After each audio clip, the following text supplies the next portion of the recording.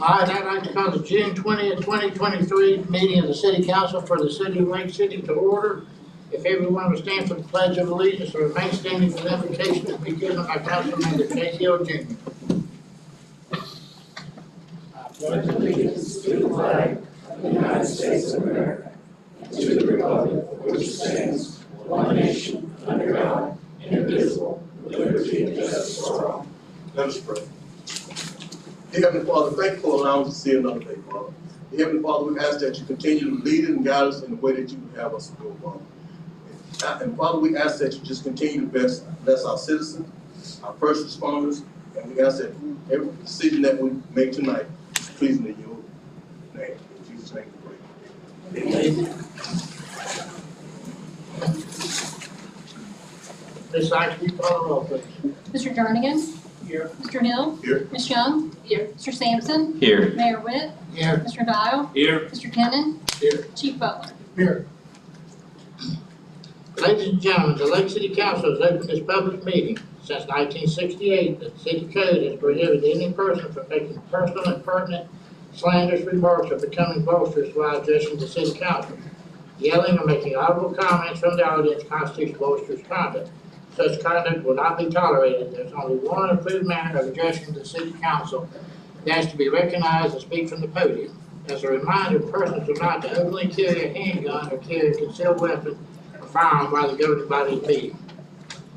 We have no proclamations tonight. We have minutes from the June 5th, 2023 regular session.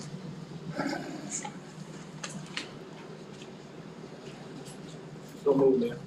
Second. Motion and second to approve the agenda is published. All in favor, say aye. Aye. Opposed? Next is approval of the agenda.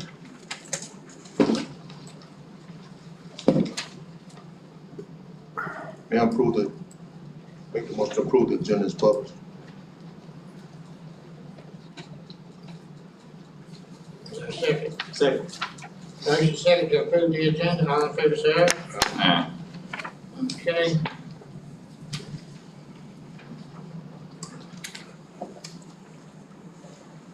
All right, we have public participation, person wishing to address council. I have only a couple for public comments, I'll double checking. Remember, we're 3 minutes and comments are to be respectful, not personal, and not any cursing. With that, we'll call Mr. Bowden. Now I'm just gonna wait and address those items I got listed on there. Mr. Warren.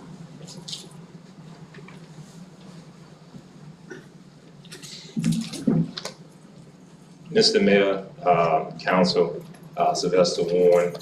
The first thing I want to say, Mayor and Council, that what I'm about to read, it is my general feelings. It is nothing personal toward anybody in this room or anybody in general. These just are some words and some things that I personally feel and I want to express to the council at this juncture. May I proceed, Mr. Mayor? Yes, sir. Most of you only know what you see, and most what you hear from others about me. But you don't actually understand what it takes to be me.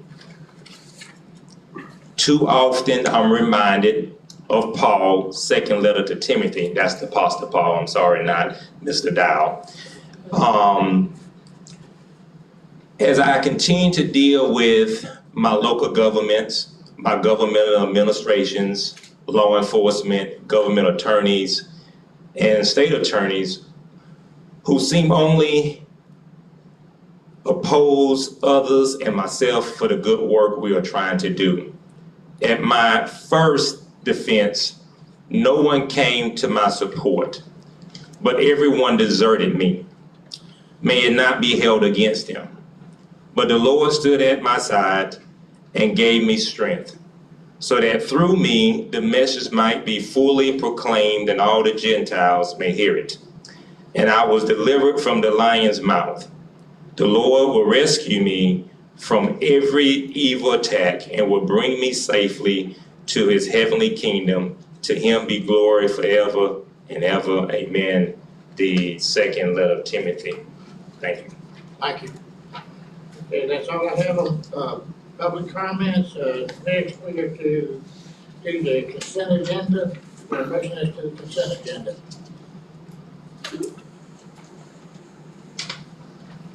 Motion to approve consent agenda. Second. Motion and second to approve the consent agenda. All in favor, say aye. Aye. No presentations. Under old business, we have a public hearing on City Council Ordinance 2023-2250 on final reading. Mr. Kennon, would you read that by title? Ordinance number 2023-2250, an ordinance of the City Council of the City of Lake City, Florida, amending the city code to add a new section number 86-110.20 in Article 3, Chapter 86, which provides for the partial abandonment of a 20-foot water and sewer utility easement, as a portion of Parcel 1 of Official Records Book 776, page 1724 of the Public Records of Columbia County, Florida, providing for conflicts, providing for severability, providing for codification, and providing an effective date. Anybody in the audience wish to speak to this ordinance? If not, we'll close the public hearing and move into adoption of City Council Ordinance 2023-2250 on final reading. Mr. Mayor, I make a motion for approval of City Council Ordinance 2023-2250 on the final reading. Second.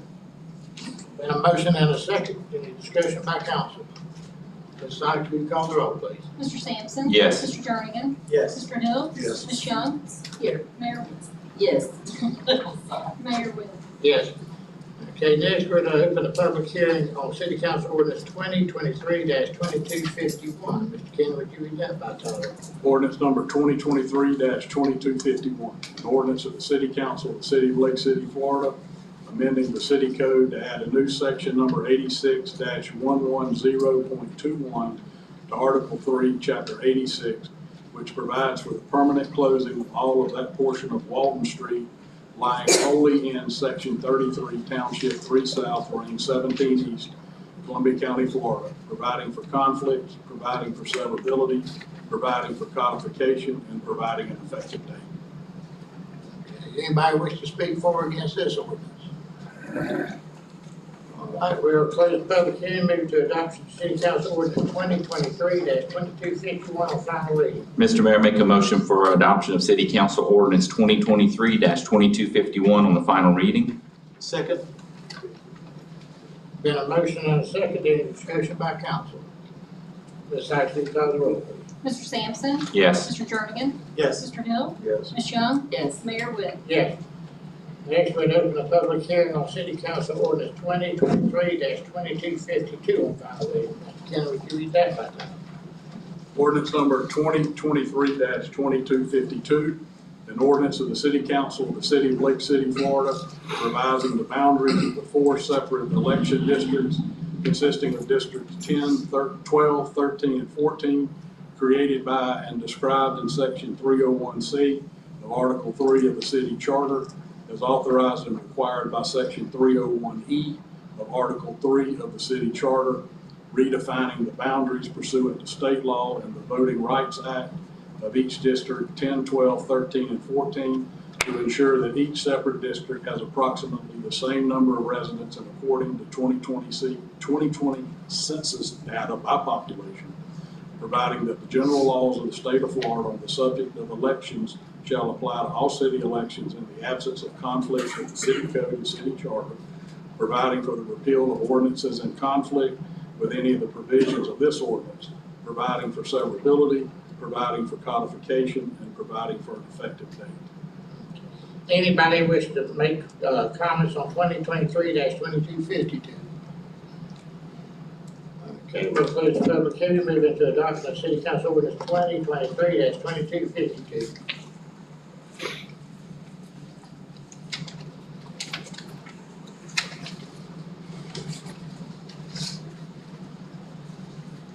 Mr. Mayor, make the motion to approve ordinance 2023-2252. Final reading. Is there a second? Second. Got a motion and a second. Any discussion? Ms. Sykes, will you call the roll, please? Yes, Mr. Chair. Yes, Mr. Mayor, if I could, just long as the people of District 14, 13, 12, and 10 is aware that this is not the city council doing this. They sent a census down to do this, and I did get a chance to look over all the petitions that were sent. However, this is what the conclusion is. So I just want to make sure everybody's aware of that. So it wasn't us, it was the census as well. Okay, thank you. Okay, Ms. Oxley, call the roll, please. Mr. Hill? Yes. Mr. Sampson? Yes. Ms. Young? Yes. Mr. Jernigan? Yes. Mayor Witten? Yes. Okay, that resolution is old business, we're moving into new business, the ordinances. We have a resolution, City Council Resolution 2023-068. Mr. Kenny, would you read that by title? City Council Resolution number 2023-068, a resolution of the City Council of the City of Lake City, Florida, authorizing the execution of Amendment Number 1 to the contract between the city and Anderson Columbia, Inc. for annual asphalt services, providing for additional cost and providing for an effective date. Okay, is there a motion that the City Council Resolution 2023-068? Mr. Mayor, make a motion for approval of City Council Resolution 2023-068. Second. Got a motion and a second, any discussion by council? Ms. Oxley, call the roll. Okay. Mr. Dow, what's the additional cost? The additional cost Yeah. is based on the contract price, but because of the, all the increases in raw materials to make asphalt, everything from gravel on up, even the tag they use, they've asked for an extension, or not an extension, but they're asked for to recoup their losses as far as the asphalt contract, is basically what it is. It's basically just an increase in all the raw material prices that they're having to pay right now to create asphalt. Okay. Okay, Ms. Oxley, call the roll, please. Mr. Sampson? Yes. Mr. Hill? Yes. Ms. Young? Yes. Mr. Jernigan? Yes. Mayor Witten? Yes. The next is City Council Resolution 2023-069. Mr. Kenny, would you read that by title? City Council Resolution number 2023-069, a resolution of the City Council of the City of Lake City, Florida, amending the grant agreement between the City of Lake City, Florida and Annie Maddox Recreation Center, Inc., dated June 21, 2022, providing for conflict, providing for severability, and providing for an effective date. Mr. Warren, you want to speak to this one? No, sir, I apologize, Mr. Mayor, I misread the backup of the bill. Okay. Ms. Coker?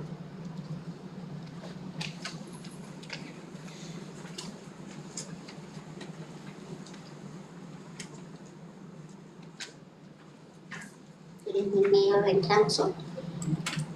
I appreciate you allowing me to come up and speak to this. So I read the proposal. I just would like to request that the council, just as you're going to seek legal advice and opinion about some other issues that are on the agenda, there's an opportunity to, there's a need for us to be clear about what you're proposing. Level 2 background screening isn't, it's not a provision, it's not something that the city of Lake City has the right, has the authority to decide whether or not it's gonna be utilized. Florida statutes determines in what instances are volunteers, employees, vendors required to have level 2 background screening. This specific contract agreement that you're proposing to remove that requirement, up until 2021, had a misunderstanding about the requirement. And as a result of that, it left children exposed to having someone that a level 2 background check would have not allowed to be an officer or director of the board. I know we tend to want to personalize all of these things, but it's not personal. It's really about legislation have been established It dictates how we are to govern ourselves as a community, as a municipality, and it's really not optional. There are certain types of criminal offenses that are barred from having any contact with children in any capacity. If you don't conduct the level 2 screening, then you don't know whether or not those, you can't identify those people. You put them in positions that you leave the children exposed. When people have committed these offenses and they want clearance, there is a process in the level 2 background check to seek clearance. You can request a waiver, an exemption, and they review it and determine whether or not you're qualified for it. I think we're creating an issue that exposes our children to harm when we uniformly just remove that requirement. Again, this isn't personal. There are a lot of good people who have convictions and they go through the steps necessary to make sure that they are able to do what they believe they've been called to do. So it just doesn't seem fair to our children that the council is considering removing that. I also ask you to take a look at some of the state and federal requirements as to who can receive the grant funding. Thank you very much. Thank you. Ms. Adele?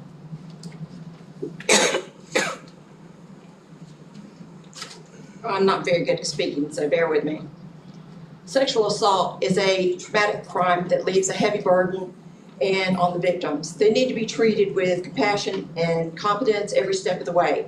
And during their recovery, they need to hold the offenders accountable for their crimes. In this case that I'm talking about, that you all have brought before us, my understanding is this person was a 16-year-old victim who was contracted a non-curable sexually transmitted disease that she will have to suffer with for the rest of her life.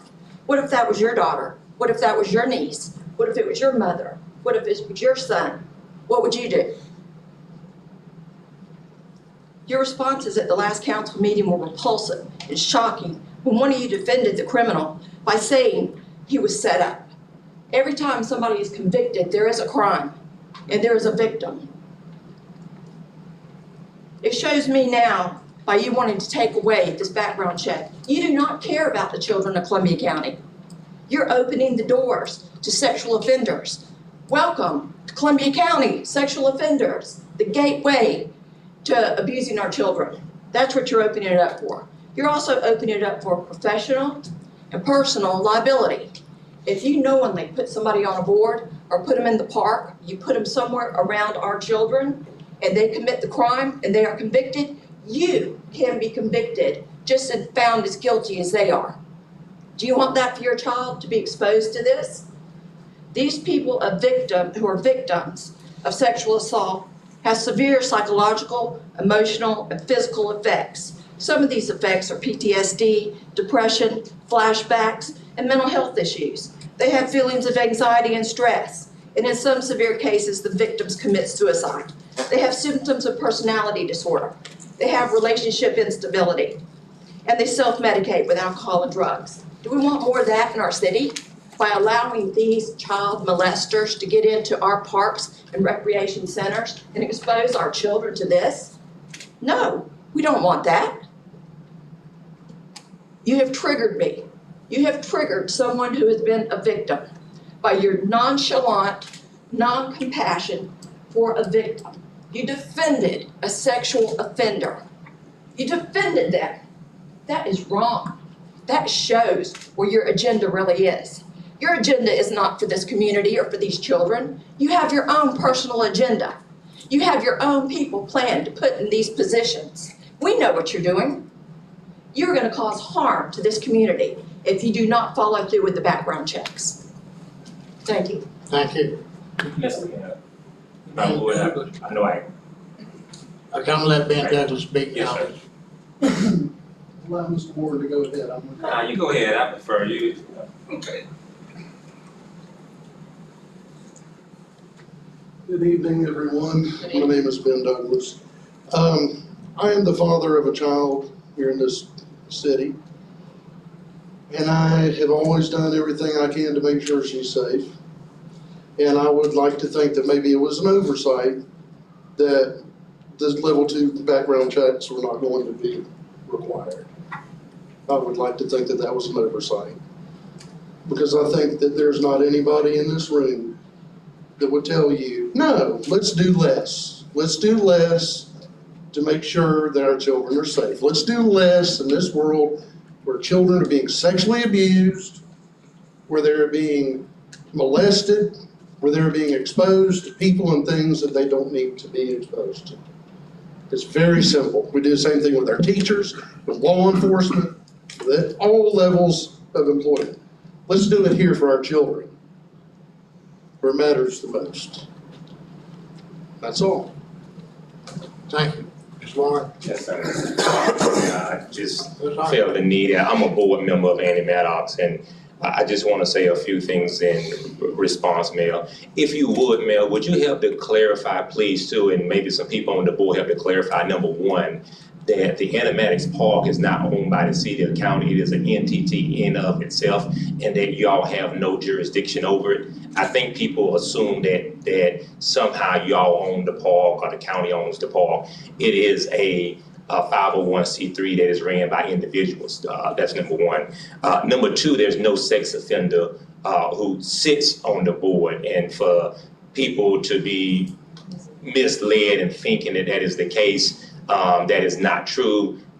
There is documents around the world to prove that that is not the case. And the third thing that I find very hurtful and offensive is that when certain people took the games away from Annie Maddox, you didn't see these folks coming and saying Annie Maddox should have games over at the park. They were totally against games being over the park. As a matter of fact, some people said they didn't want any games over in town. And so most of the people that I've seen come up to this podium, they don't even use Annie Maddox Park. I've never seen them there. They never come to a board meeting. They don't even live on this side of town, nor do they participate and allow their kids to come over there. So I don't understand all of a sudden today, what is their concern about the kids in that community? And the only reason that this contract exists, which they have no clue of, is that you all are exchanging money with us to help enhance the basketball goals in the courts. Other than that, once that is done, the contract is over anyhow. So I think there's a lot of misunderstanding, a lot of water carrying going on, and I would just like for that to be straightened out, Mel, because people are totally misinformed as to who Annie Maddox is, what the park is, and who runs it, who's on the board and who's not on the board. And level 2 background checks has nothing to do with this issue. Thank you, sir. Thank you. Okay. Is there a motion by council?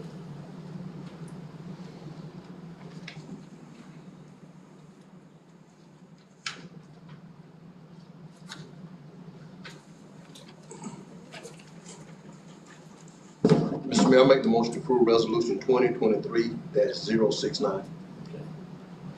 Your second. Second. All right, been a motion and a second. Discussion by council. Mr. Mayor. Yeah. So I'm quite concerned that we would remove background checks for people around our children. It's very concerning. I know if you look at Florida statute, chapter 435, we should have asked the attorney about this. There are requirements in this state for people who volunteer around children. The fact that we're willing to remove that and still use public funds is quite concerning. As a taxpayer and a father, I can tell you it's ludicrous to think that we would do that. In no way should we ever endanger our children by not going the extra mile to do a background check on people who will come in contact with them. Are there carve-outs for board members? Sure there are. It has to do with what you do at the park. To me, it's not putting safety first. It's putting personal agendas first. So we're giving city taxpayer funds to the park, so the park's private, which has been my argument from the beginning. If it's private, it's private. So if it's only for certain people, there should be a notice saying it's only for certain people. If it's going to be public, they should follow the same laws as any other public park. Not only that, we need to start doing that for any city employee that comes in contact with children if we're not doing it already, because it's very clear that the state requires it. Anybody else? Well, my feelings on it is it's not personal, it's not to Annie Maddox, it's not, but it's been an issue that's been brought up recently, and I think it's something that we should across the board as far as our employees, as far as our, who we give money to, how we do everything. And it should be a uniform thing for every park, every employee, everything. If they have to do with kids, there's a higher standard. If they don't, then we might, and we do need to look at the state and federal statutes to make sure we're compliant with them. So that's my opinion. Mr. Mayor, one more point to that. So in, I believe it's June, they rolled out the new background requirements for people who work for you if you have property or real property to go into. So if you hire a handyman to go in and repair a rental house, the person that goes into an occupied home must now have a background check. And yet to go and volunteer at a park, we're saying you don't need a background check to be around the children, ludicrous. All right, Ms. Sykes, you call the roll, please. Mr. Hill? Yes. Mr. Jernigan? Yes. Mr. Sampson? No. Ms. Young? Yes. Mayor Whit? All right. Move on to City Council Ordinance, Resolution 2023-071. Mr. Kim, would you read that by title? City Council Resolution number 2023-071, a resolution of the City Council of the City of Lake City, Florida, authorizing the Lake City Police Department to accept the Edward Byrne Memorial Justice Assistant Grant in the amount of $113,942, providing for the procurement of equipment for the use and benefit of the police department and providing for safety. Okay, so, Mr. Warren, did you want to speak to this one? Yes, sir. Mr. Mayor, if you would, without holding my time, could you have the police chief come up and explain to the public what the Edward Byrne Grant is, what is it based on, and how it is awarded, and what we will be using those funds for? I think that if we're going to be doing something to this extent, I think that the public should know how this grant money is being spent as taxpayers and what for. If you don't mind, your mayor. Chief, that's up to you if you want to speak to it. Mr. Mayor, it's in the packet. Everybody doesn't get the packet, man. Everybody doesn't, are not on the agenda. Chief, did you briefly want to discuss it, or do you want to? It's up to you, Mayor. If you would just briefly discuss it. I know we've been doing it for years and years. This is a federal grant. It's given to the counties. Columbia County does not take their portion, so we're allowed the entire amount. This year, it's the amount of approximately $133,000. There's no cost to the city. We've used it in the past to purchase equipment. This year, what we're going to be using it for is another sign trailer. The one we have is probably about 10, 12 years old, and we've been having some issues with it. Also a radar trailer, a speed trailer. So we do get complaints in neighborhoods, we can send those out there. Both of those will be equipped with automatic license plate readers. So while it's out there, if we have areas where there's some crime, we'll be able to use the license plate readers similar to the Flock system that we're installing. And then finally, we're using it for one quick deploy license plate reader. If we have one area where there's going to be an event or something where we feel the need, we can set that up quickly. It's not a permanent install, it's battery operated, and our detectives along with the sheriff's office will have access to that information. And I can't remember when we haven't gotten this grant. We've received it every year. Okay, thank you. Mr. Mayor, I make a motion for approval of City Council Resolution 20, Mr. Mayor, I'm making a motion for approval of City Council Resolution 2023-071. Mr. Mayor, I was not Mr. done. Mayor, there's a motion on the floor. Quick and. Mr. Mayor, I asked. Mr. Mayor, there's a motion on the floor. Mr. Mayor, I asked. Mr. Mayor, there's a motion on the floor. I asked you, Mr. Mayor. Mr. to Mayor, run the speak, and why meeting. I come back up to the podium, I Okay, have a let me just question. let him talk a minute, and then just quickly do it, now I'm gonna take the motion.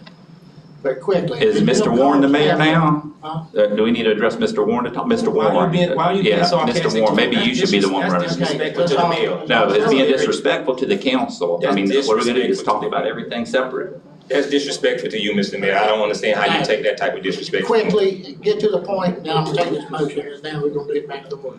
Mr. Mayor, aside from you being disrespected, the Edward Burns. Mr. Mayor, point of order. Keep it to the point at hand. Just get to the point at hand. My purpose for having the chief come up here and read it because it's fluff. And what most people don't understand about the Edward Burns grant is this. The Edward Burns grant is a competitive grant, Mayor, and you should know this, and I hope everybody else pay attention. Edward Burns, is called the grant, was created in 1988 by a federal government after a New York narcotic officer was killed by a drug dealer. The Burns grants were aimed at providing state and local law enforcement with funding to combat gang violence, drugs in communities across the country hit hardest by them. Though sound in theory, they created incentives for law enforcement to increase arrests for petty crimes such as possession of small amounts of drugs, which coupled with harsh sentencing guidelines, sending more and more young men, usually of color, into the criminal justice system. The initiative for more arrests was created because of a flaw, a fatal flaw within the grant, which determined where the funds would go based on a quota and statistic. Communities that reported high crime and drug use received more funding, leading jurisdictions across the country to compete with each other, meaning law enforcement compete with each other for the most arrests. There is 9 different areas that this grant can be applied, Your Honor. And prevention and education is one that will be important versus some speed signs. I'm with the license plate reader. Drug treatment, and mental health, Your Honor. There's a motion on the floor for approval. A second. Motion and second, discussion by council. Ms. Sykes, call the roll, please. Mr. Sampson? Yes. Mr. Jernigan? Yes. Mr. Hill? Yes. Ms. Young? Yes. Mayor Webb? Yes. Okay, item 9 is City Council Resolution 2023-072. Ken, would you read that by title? City Council Resolution number 2023-072. Resolution of the City Council of the City of Lake City, Florida, authorizing the acceptance and execution of a grant agreement with Federal Aviation Administration, providing for improvements to the South Airfield drainage study at the Lake City Gateway Airport, providing for the receipt of up to $148,500 in allowable cost, and providing an effective date. Is there a motion that City Council Resolution 2023-072? Mr. Mayor, make a motion for approval of, Ms. Jill, you start. City Council Resolution number 2023-072. Second. A motion and a second, any discussion by council? Yes, is Mr. Ed, did I see Mr. Ed? Mr. Ed, could you, speak on this issue?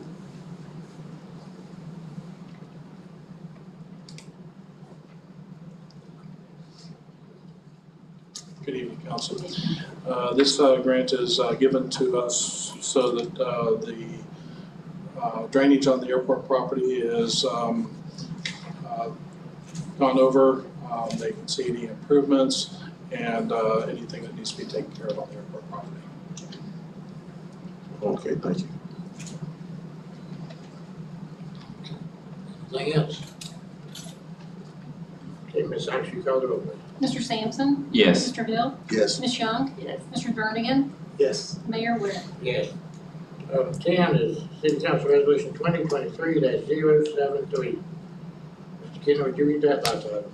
City Council Resolution number 2023-073, a resolution of the City Council of the City of Lake City, Florida, authorizing the execution of a lease agreement with JDH Inc.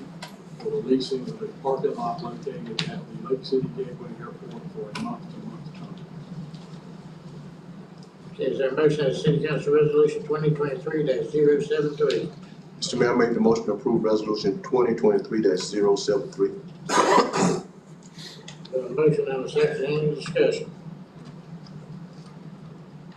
Mr. Mayor, I have a clarifying question. So I see the legal description. Is this the piece that's right by the hangar where there used to be a building there and then the building's been moved several years ago?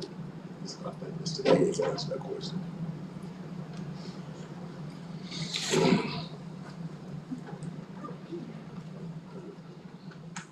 Council, this is a piece of property. It's next to the new hangars that we have, the big 12,000 and the little FHP hangar. It is just to the west of those hangars. It was where CHC Lab used to be. It is a very tiny parking lot in the back. It's like a 60 by 80 parking lot. The leaseholder would like to, or the lease of the big hangar he would like to use it to put up a small portable building to store aviation parts in, so that he can auction them off. And as soon as that's done, then the building will go away. But it's a 60 by 80 piece of apartment. Thank you. Tom, I didn't want to give the wrong information. Yeah, that's where I thought it was. Anything Thank else? you. Thank you. Ms. Sykes, will you call the roll? Mr. Hill? Yes. Mr. Jernigan? Yes. Mr. Sampson? Yes. Ms. Young? Yes. Mayor Webb? Yes. Okay, another item, discussion of possible action designation of Florida League of Cities voting delegate, got me down. I don't know if I'm going, I know Jake always goes, and usually he's our delegate, so that would be my recommendation. If somebody got any other ideas?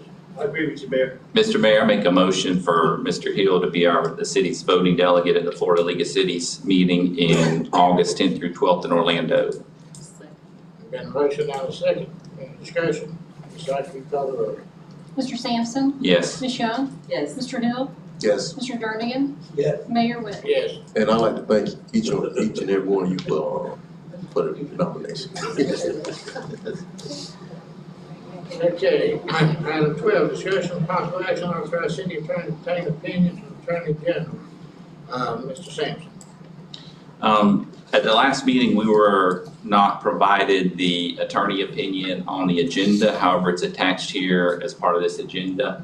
And I think it just makes sense that we would get a request, an opinion from the Attorney General, just to be sure what's correct and make sure we're following the laws of the state. That's pretty much all I have to say about that. Okay, I have several people who signed up to speak, but I want them to be respectful and not personal. Mr. Robinson.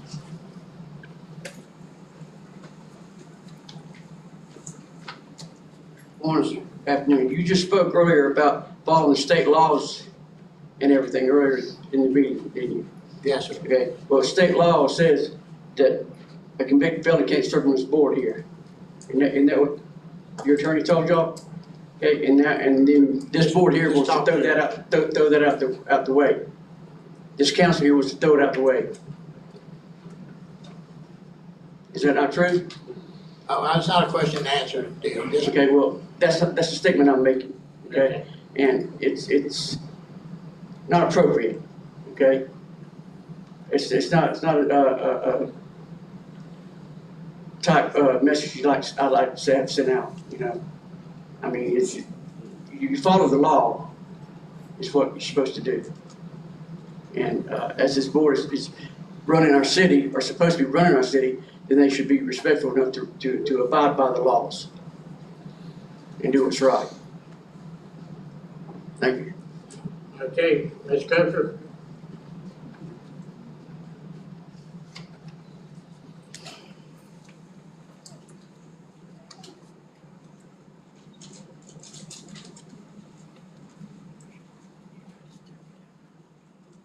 Thank you again, I appreciate it. I do follow the chatter of the community, so there is confusion about what the requirements are and whether or not this is an advisory planning and zoning appointment, is an advisory capacity where there's not decisions to be made. The charter speaks very clearly identifying the role of a planning and zoning member. It creates, planning and zoning is a quasi-judicial committee. Quasi-judicial meaning they have the authority to render a final decision. So the planning and zoning as responsibilities, as the charter identifies, is that they have the ability to give residents and business owners a final decision. It involves a role requiring the handling of issues as a matter of public trust. They create a budget, they're able to allocate funds, they're able to tell residents whether or not they can build, same thing for businesses. They have to have an understanding of parliamentary procedures. You have an opportunity to clarify this role by policy, a uniform policy that establishes what the requirements are so that people don't take this personal, because again, it isn't personal. Florida statutes outline what the requirements are. And again, it is not discretionary for the council. It's the law. But when you don't have a policy in place, you allow people in a community to think that you are subjecting them to your personal interpretation when this isn't a personal interpretation. You have to have eligibility requirements established so that people don't think that that charter saying that you only have to be 18 and be a resident are all of the requirements. There is a Florida Constitution and a United States Constitution that have already established eligibility requirements. And it would be the right thing for this council to explain that in a policy that everyone can see, that has nothing to do with any individual. It's the rules. And if getting there requires an attorney general opinion, okay, but they've already rendered opinions that you can just go pull up in the database. The other thing is, while you're determining this opinion, whether or not, is it fair to citizens to be subjected? So maybe until you complete that opinion, you need to make sure that individuals that you don't know for certain are qualified don't have voting authority, because that's not fair to citizens. Thank you very much. Ben Douglas.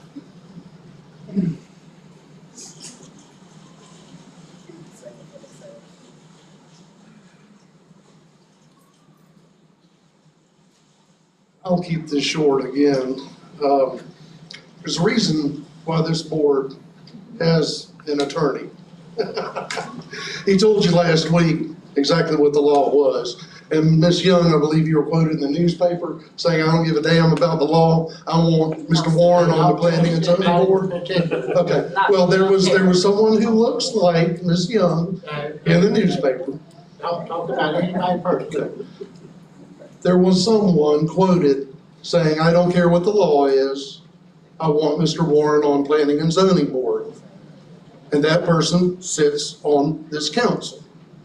Listen to your attorney. That's why we have an attorney. It's the same reason you go to a doctor. You go to a doctor, he says you got cancer, you need to believe him, you're paying him for that advice. Listen to your attorney. Okay, Mr. Bowden.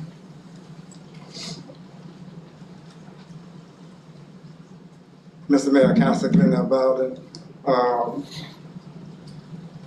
there's something that's called home rule, and I'm not an attorney, but the charter says certain things. This particular law that we were talking about was created recently. This hadn't been on the books forever. It happened when they had the voting rights issue came up about getting rights restored to vote. That's when this came into place. And the seeking of opinion from the Attorney General, there's nothing wrong with it. And I take a different opinion. I think that the board have already voted, passed a resolution to sit Mr. Warren on the board. Until you get that opinion back from the Attorney General, I see nothing wrong with him continuing to serve. Second is this, Mr. Mayor. As people know who don't know, it must have been on the rock. So I am a convicted felon, though it's been over 50 years ago. I served on the Child Review Board for the county. I served on the district board for the county, and our president sits on the general pension board for the city of Lake City. Now, if in fact I'm ineligible to serve, then I would suggest that the city attorney in seeking that opinion also include all the boards and do some research of everybody who's sitting on board. Because it's unfair. It appears that Mr. Warren has been saying it out, you know. And I know the law wasn't created just for him, but I do suggest that if it's determined that I can't sit on the pension board, then I would resign. You wouldn't need to have no resolution to rescind your a resolution rescinding what you did in the past. I do think this. I think that we shouldn't be at this point if the city attorney had approached the city council about his concerns prior to this. Then don't come up with a resolution after Mr. Warren already been put on the board. Put it on the agenda, then he pops up here and all of a sudden it appears as if that Mr. Warren has been saying out because people don't like how he handles himself in the community. I think he should continue to sit there until such time you get an opinion from the Attorney General's office. And I think that that should see if there are any exceptions to that rule. Because I suspect that there are some people sitting on boards throughout this state that's been convicted of a felon, have not gotten the clemency, and they still sit on the board. I think there's some, and I can't prove it, but I suspect that's the case. So if Mr. Warren can't serve, then I should be able to serve on the pension board, I would think. And I would think that I shouldn't be able to serve on the child review board, and I probably shouldn't have ever been a city councilman if that would have been the case back then. But I think that there's nothing wrong with getting an opinion, and the city attorney offers an opinion. Attorney General opinion would carry a lot more weight as far as I'm concerned. Thank you, sir. Thank you. Okay. Mr. Sampson. Mr. Mayor, I make a motion to authorize the city attorney to obtain an opinion from the Attorney General in regards to the constitutional requirement of clemency and the appointment that we made to Mr. Warren to the Planning and Zoning Board and Board of Adjustment and Historic Preservation Agency. I second. And I'd like to say something. Okay, there's been a motion and a second discussion. Yes, thank you. I second this agenda item because I believe this is a great move and that it will be very beneficial to the future decisions of this council concerning convicted felons becoming members of boards in our city. This will definitely prevent singling out of certain persons. I asked that, actually before I found out that this was on the agenda, I asked that Mr. Warren be removed. This is a much better agenda item that we take it before the Attorney General to get the facts of it and not opinions. Now, this is what we should have done initially. This is why we have a city attorney. And not come to the meeting and with your gun loaded and pointed at the council. That's not right. It's not right, and it caused a lot of issues. There's a lot that's gonna come after what we're talking about now because of the decision of the city attorney coming to the meeting where he could have easily called the council persons individually and discussed this. That's what he's here for. Then we wouldn't be here. That's preventive measures. We wouldn't be here today had that happened. Now, I'll address that later. But I do appreciate this being on the agenda in the manner in which it is. Thank you, thank you, Councilman. All right. Mr. Mayor, so I want to make a comment too. In fairness, I think it makes sense to get this opinion, and then when we get it, we need to see what we're doing as far as how we're vetting people up front to serve on the boards. If we're doing something incorrect, we need to have a uniform way of doing it and put in place, Paul or whoever can put in place, Mr. Dodd can put in place some kind of requirements that we're required to do by state law. But I think without the opinion, there's been emails coming in from people who said now, it seems legal and fine to them, but they're not the Attorney General, they're not even attorneys. So to me, I think it's best to get an answer and know what's going on. Yeah. Ms. Sykes, you call the roll, please. Mr. Sampson? Yes. Ms. Young? Yes. Mr. Hill? Yes. Mr. Jernigan? Yes. Mayor Witt? Yes. Okay, next, discussion possible action, interaction between city clerk and city attorney. Ms. Young. Okay.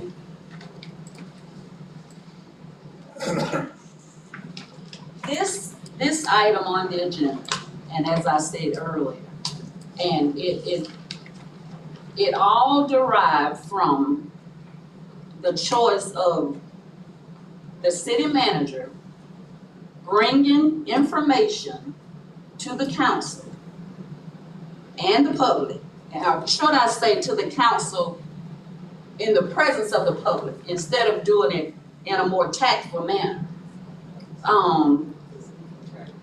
Excuse me, attorney? You said. What did I say? I'm sorry. I'm sorry, attorney. Friday prior to meeting June 5th, Ms. Sykes called me and made me aware that an agenda item concerning the appointment of Mr. Warren, saying that it's against the charter. I asked Ms. Sykes, where is this coming from? I said, we voted on this already, so what is expected to be gained? She didn't answer where it come from. I asked the question again. Where did this come from? Who brought it about? So she informed me that it was a citizen complaint, and I said to her, well, okay, just attach the information to the agenda. Ms. Sykes responded, city attorney said it's not wise to do that. I said to Ms. Sykes, attach the information. The public needs to know this information. Ms. Sykes assured me that she would revise the agenda and it would be attached. Upon approaching this seat, I found that the information was not there. So Ms. Sykes took it upon herself, along with the city attorney, to make their decision to go against the assignment of the council, a council member. Now, we talked about the charter at the last meeting, so I just wanna, can I refer to the charter? Sure. I wanna refer to the charter. This is the duties of the city clerk. The council shall appoint a city clerk who shall serve as a charter officer under the direction of the supervision of the council, and shall hold office at the pleasure of the council. The city clerk shall be chosen on the basis of administrative qualifications. The council shall establish an appropriate contract for the city clerk, which shall contain the employment conditions, compensation, benefits, and such other terms as may be appropriate. The direct employees of the city clerk in the office of the clerk shall report to the city clerk. Now, I want to pause there a moment. Had one of the clerks who work under the city clerk, Ms. Sykes, had she assigned them a task and they refused to do it, it's called insubordination. They refused to do it, there would be consequences. Now, this is very serious. I take this serious. I like Ms. Sykes. I have nothing against Ms. Sykes. But when it comes to my asking, a very important assignment, you see what a disaster it has caused? It wouldn't have caused this disaster. We already have dark clouds over us, city of Lake City. So if we can prevent such, then I truly believe that if we put the interest, the best interest of the city at hand, we won't come into this type behavior. We wouldn't have to come into these settings. We wouldn't be ushering people in who normally don't even come to a council meeting to support. It's very serious. And this is a serious decision. And I tell you, I don't want to be here to make this decision tonight. But we must come to the importance of the business of the city. This is the city council. This is the city council. And regardless of whether it's male, female, black, white, whatever, this is the council. And if you work for the council, you work for the council. Dry and cut. Now, let me go on with a little more. I received a call from Ms. Sykes, and Mr. Dow was, I don't know if it was, I guess it was conference. Well, I'm a speaker or whatever. And she was informing me of this item on the agenda. And I had a few questions for her, just basic questions, nothing I need to shout out. And again, I reminded Ms. Sykes that we would not be in this predicament. We just wouldn't be here had the proper procedure been exercised. We wouldn't be here. I said, if the city attorney had just called us in individually and informed us of this information, he's the attorney, we're not the attorney. He's the attorney here for us. If he had just informed us, her response to me was, he cannot do that. It's against the Sunshine Law. So now you're gonna lie to me. I said, if it's against the Sunshine Law, how can you call me? How can you call me? So if you're working under the authority of the council and you're gonna mislead, we have a problem. We have a problem. And I received this in my mail from my good friend, Mr. Stu. And he stews up some stuff pretty good sometimes. So he laid this out perfectly for me. And what he said is, the eyes of Florida will be upon you and other members of Lake City's leadership this evening. I think in your world, one pair of eyes percolates to the top, which is God, who I answer to. He said, another pair, in my opinion, is just as important. See the picture. This is my beautiful little grandson, Chance, who is with me all the time. And I'm very, very, very serious about his future, as I am about all the youth, your sons, daughters, grandsons, granddaughters. I am very concerned of their future. And that's more of a reason for me to say what I'm saying now. The future of our young people, this affects them. This affects them. We have to be on one accord. We're the council. Then we have administration. Those who work under the council. It doesn't matter how you like it. It doesn't matter how you come to it. And I'm pretty respectful. I don't demand anything from anybody. I ask in a pleasant manner. That's my character, and I don't plan on changing it. You may think different the way I get up here and sound like I'm preaching, and I probably am. But it has to be done. There's no ifs and buts about it. Ms. Sykes, Mr. Kenner, you have to follow the instructions of this council. You have to. And I'm not done yet. I'm gonna take my time on this. But there should be no, because it just seems like to me, there was conspiracy. Like these two people are conspiring against the council. That's how I would describe this. I don't know no other way to put it.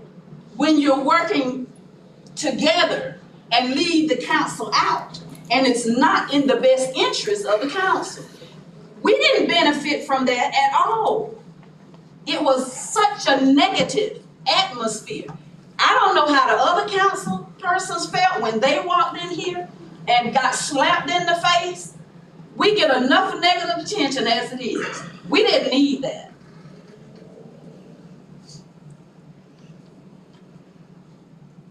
Now, Ms. Sykes, and I hate she's in the position she's in. I don't like the position that the attorney is in. But if you can't work for us, you're working against us. We don't need you. We need somebody who's gonna work for us, gonna work with us.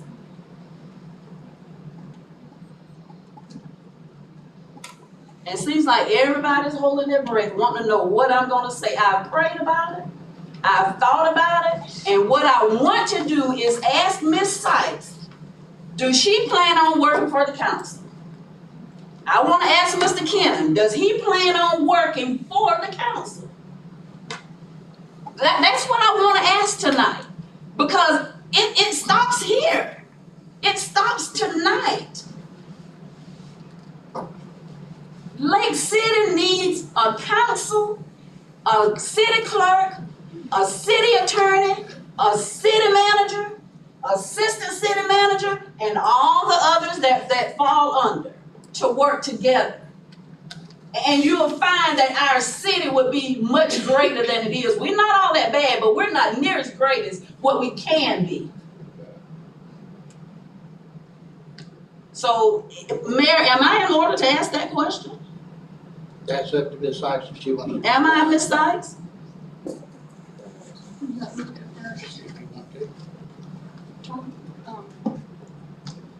I'm going to read you something that I prepared because I had no idea what was going to be on the agenda. So on my way home on Friday, June the 2nd, Mr. Dial mentioned that you were upset about the resolution on the agenda rescinding Mr. Warren's appointment to the Planning and Zoning Board. I told Mr. Dial I would call you once I got home. After I got home, you're right, I did call you. It was around 6:30 p.m. You asked me who authorized this to be on the agenda. I shared with you Attorney Kennan placed this on the agenda, and I asked you if you had read the email I sent you earlier in the day about this item. You responded that you had not. At this time, you said you were having difficulty getting connected to your internet. So I read you the entire memorandum from Mr. Kennan. I offered to screenshot it and text it to you, but you declined and said that you'd get logged in and you'd call me later if you need anything additional. During our conversation, you expressed to me that you felt the memorandum should have been included in the packet. I shared with you that Mr. Kennan did not want it in the packet, and I was sure he could better explain this reasoning to you than I could. I never told you that I was going to put that on the agenda. At the meeting on Monday, June the 5th, Ms. Young had the resolution removed from the agenda. On Thursday, June the 8th, Mr. Dial came to me stating Ms. Young had seen online or an article that Mr. Sampson was putting an item on the agenda requesting an attorney's general opinion about the clemency matter and that she wanted that item removed from the agenda. Mr. Dial and I called Ms. Young and explained to her why I was unable to remove that item from the city council agenda. Any one council member cannot remove another council member's items from the agenda. This must be accomplished by motion at the meeting. During this conversation, you brought up the memorandum again from Mr. Kennan and how you felt it should have been in the packet. You ended the call with Paul and I stating that you were not upset or unhappy with anything I've done. The next day, you reached out to Mr. Dial and asked him to place my termination on the agenda. And I will also say that when we were talking about sunshine law, that was in reference to when we were telling you that we could not poll the members for you to pull that item from the agenda. Yes, ma'am. That's exactly what that was. I'm sorry. That's all I have. Are you finished? Ken? I would like to. Yeah. Let's do it one at a time. There's a lot of mistruth. It's not true. Things are being said that's not true. And that's another problem. Along with, and let me go ahead and bring this out because I neglected to put this in my note. I wasn't going to say it and I won't call the name. But just, I believe it was 2 days after I called the office, the administration office, to say to put it on there, and I did say termination at first. I did speak termination. 2 days later, I get a call from someone in the public questioning me about this item on the agenda.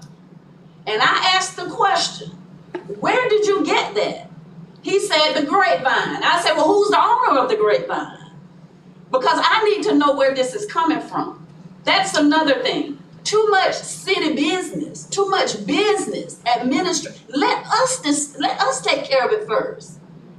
Administration. For all you know, it may have dissolved. It may have gone away. We got to stop this. And this line, just tell the truth. God, I love the truth. Just tell the truth. There's mistruth in that letter, and it's uncalled for. It's not called for, and it does not sit well with me. It's probably worse now than it was. Don't lie on me. Don't put words in my mouth We can't work like that. I won't work like that, and I think I'm here for a couple of years or so. I refuse. Mr. Ken, Yes, I'll start out by saying I believe it's both my contractual and ethical obligation to always review actions of the council, administration, and all boards. Make sure that they are in compliance with the state and federal laws as the city requires of you and the entire board. Give a little chronology. I did not recollect, that may have been my fault, I did not recollect at the meeting when Mr. Warren was appointed that he was a convicted felon. It's probably been said, it did not cross my mind. If it didn't cross my mind, I can't bring it up internally. Subsequent to that meeting, I received 119 request requesting information about clemency, civil rights. Mr. Warren, that I have those in my possession. I believe there was an allusion to a convicted felon can't sit on boards or the council. That raised a red flag with me, and I thought it's something that needed to be investigated so that if there was a problem, it did not permeate into the future. If I did anything wrong, it's probably not getting the report to council as quick as I did, but I got it done as quickly as I could. The report to council went out the Friday before the meeting. It was my advice and direction to Ms. Sykes to not place it in the agenda because I did not recollect, do not know exactly where the agenda goes. Out of respect for this city council, I felt it appropriate to give this city council the opportunity to review the issue prior to the meeting. I had called Mr. Warren prior to the report to council to confirm, and he did confirm that his. No. I'm gonna finish. Can I respond to that when he finishes, Mr. Mayor? But you don't call my name. I gave him the courtesy of a call. He confirmed that his voting rights had been restored. After that, the agenda went out, and at the very bottom of the report, if any council member has any questions or concerns related to this issue, please contact me on my office number 755-1334 or my cell phone if it is after hours. And to my knowledge, I think I've got Mr. Sampson, Mr. Hill, Mr. Jernigan programmed in my phone, and maybe Mr. Witt. But if I missed a call, I apologize, but I do not believe I received the call, and I felt it appropriate for this council to have the opportunity to review this issue before it otherwise got out into the public. I did that as a matter of courtesy to this council, and that is what I thought would be the most appropriate because my allegiance is to the council. Mr. Warren. Mr. Cannon, I've been knowing you and your law firm for a very long time, though we don't sell horses like we used to. And let me first say this. When you called me, it struck me as a little odd because you called me and you said you were giving me a courtesy call. That's correct. Right. You should have gave the council a courtesy call.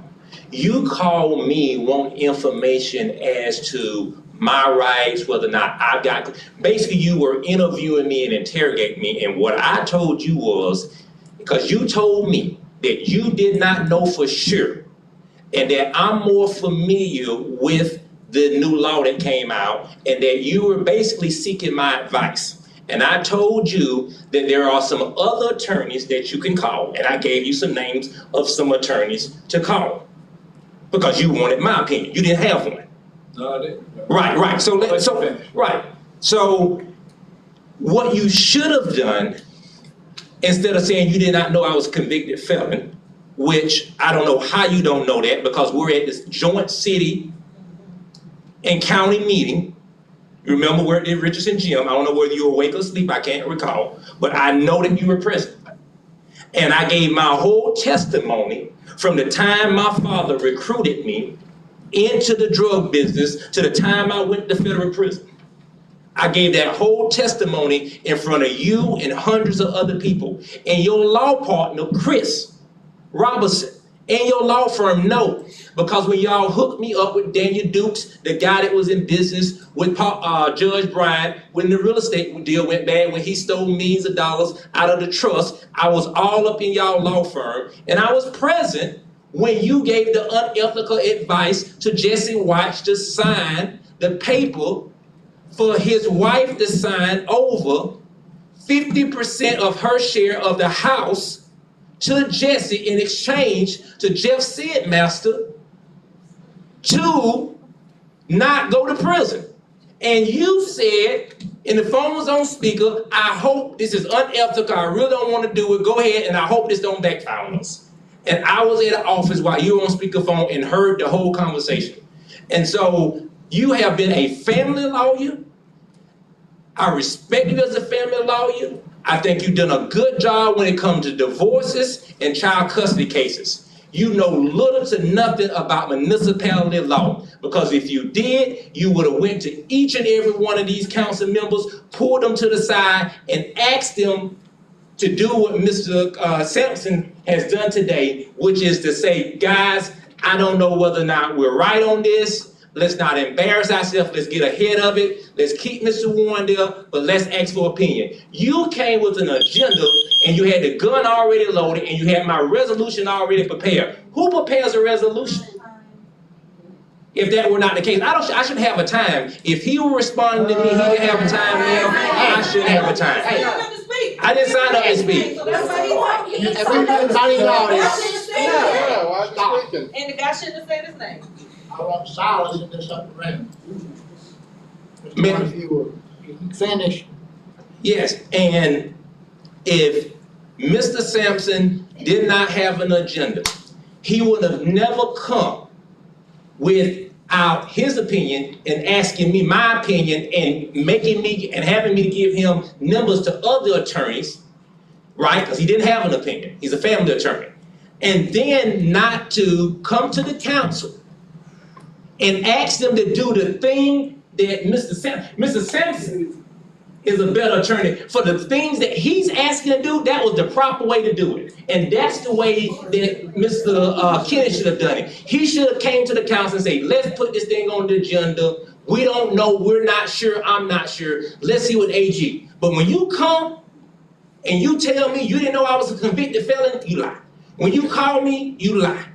When you say that you really want to work with me, you were looking forward to working with me, but you got an agenda and a resolution already prepared to terminate me, you didn't want to work with me. It's wrong, and that's all I got to say about that there. Thank you. Okay, I have several people that want to speak, so I'm gonna do that at this time. Mr. Robinson, and everybody keep it to the point, polite, and respectful. Mr. Robinson, you I'm want too to upset speak? to even want to talk right now. Okay. Ms. Adele? I'm just curious of what's really going on here. If you have somebody that's worked here 20-something years, and do they have a good record? Do they have anything in their administration file that says they're not doing their work like they're supposed to be doing? Is this a one-time incident? What is in their file? Are you gonna fire somebody because of a one-time incident? Why not just reprimand the person? Give them insight of what they need to do, how they need to do their job, how you want it presented to yourself. Don't fire the person that's been here 20-something years because of one mistake. That's nonsense. What if it was you? Okay, now, don't talk to anybody in particular. Ms. Decker?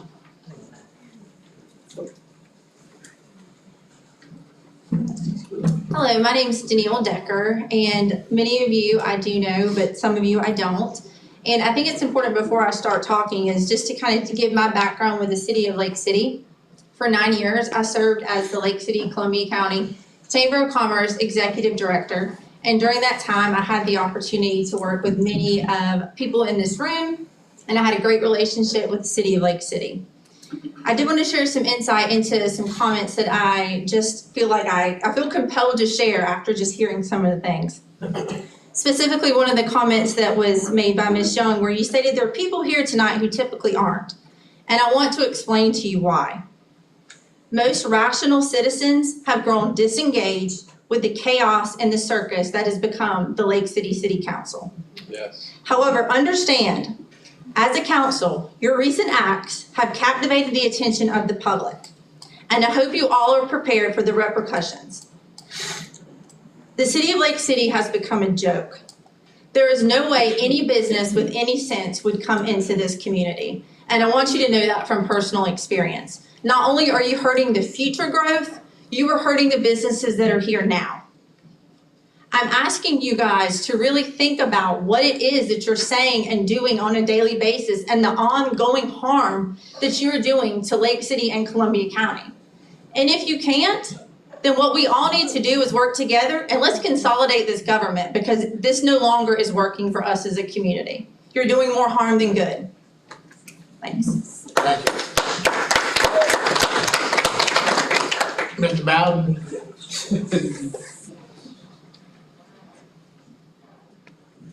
Mr. Mayor, Council, I had the honor of serving for 16 years on the city council, and the city attorney then was the late Herbert Darby. And the Sunshine Law existed then as it exists now. And often he would call individual council members to give them some opinion. He did not poll the council. So it's not a violation of the Sunshine Law, and the city attorney can correct me if I'm wrong, to talk to the individual council member. It's a violation when he or she polled him and said, well, Councilman Young said this, and Councilman Jerkins said that. That's when the violation takes place. So I want to say that. So it was an opportunity for the city attorney to reach out individually and to talk to them. I would agree that there's some issues in our community, but to consolidate this city council with the county commission is a mistake. I don't find the county commission as president situated to be any better than this city council. In fact, I find it to be worse than this city council, to tell you the truth. So consolidation would not be anything that I would support. I'll say this, that trust is a real serious matter. And if one member of the city council loses trust in the city clerk or in the city attorney, then that's a problem.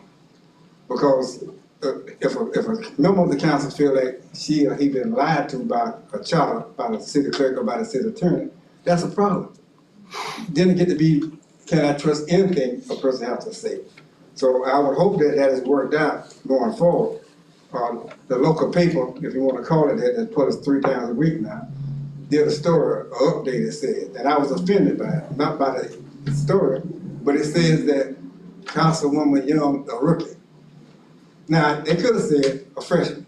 They could have said the newly elected person, but they chose to call Councilman Young a rookie. Now, that was insulting to me. The picture they had in the newspaper, and I hope that you all haven't been influenced by that, there's a lot of pictures they've taken of Ms. Young. They took a picture where it wasn't all that flattering. I was offended by that. You know, I was being offended by it. I didn't care about who it was. But I definitely was offended by the people referring to her as a rookie, as if everybody started from somewhere. You started as a new council member. Everybody started, I started a new council member. But to refer to her as a rookie, it was insulting, in my opinion. And I would say this, Mayor, in closing, in case you followed the Lake City Reporter in their opinion. The opinion of the Lake City Reporter is that's what it is. It's usually the opinion written by either the publisher or the editor. That's 2 people. And I would suggest to you that they don't necessarily reflect the opinion of the entire community. And there are people in this community who don't show up to this meeting, who got a different opinion of some of those who think that things are going to hell and high water. Now, maybe people don't come to this community for a lot of reasons, but I would suggest you it's not just because of the city council action, but it has something to do with the county commission as well. Thank you. Okay, Mr. Lelker.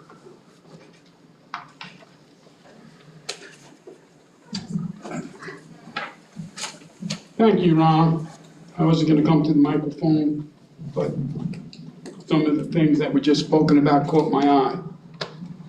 As far as Mr. Kennon's legal opinion, there's really 3 people that are involved in that. Mr. Kennon, who wrote it, Ms. Sykes, who's the city clerk, who received it, and the city manager, who on the agenda of that day said the administration put that on the agenda. But my question to this board is, if you read the city charter, there's 3 charter positions established in the city charter. There's only 1 charter officer named, that's the city clerk, who now has a contract. And that was put in during the last charter review. The question that I have for this board is, once Mr. Cannon gave his written opinion to the city clerk, was it or was it not her responsibility to put that item on the agenda with the backup material? I don't believe that Mr. Cannon has the authority, and if this board does, that's fine, to decide to give the city clerk a legal opinion that affected everybody. Ms. Young was right. She came to the meeting. She says, "Where's the information?" I came to the meeting and said, "Where's the information?" And I'm sure some of you came to the meeting and said, "Where's the information?" Well, the city clerk had the information. Apparently, the city clerk listened to the city attorney. Whatever happened before that, I wrote about that. I published the Columbia County Observer and wrote what I heard, I was told, and decided to listen to the attorney and not put what was an ostensibly a public record. Anybody could have gotten it. Once Mr. Cannon wrote it and handed it into the city, anybody could have gotten it. But Mr. Cannon decided, I have no idea why, he said he wanted to have respect to the city council members. He want to mug them, I guess. But that has nothing to do with it.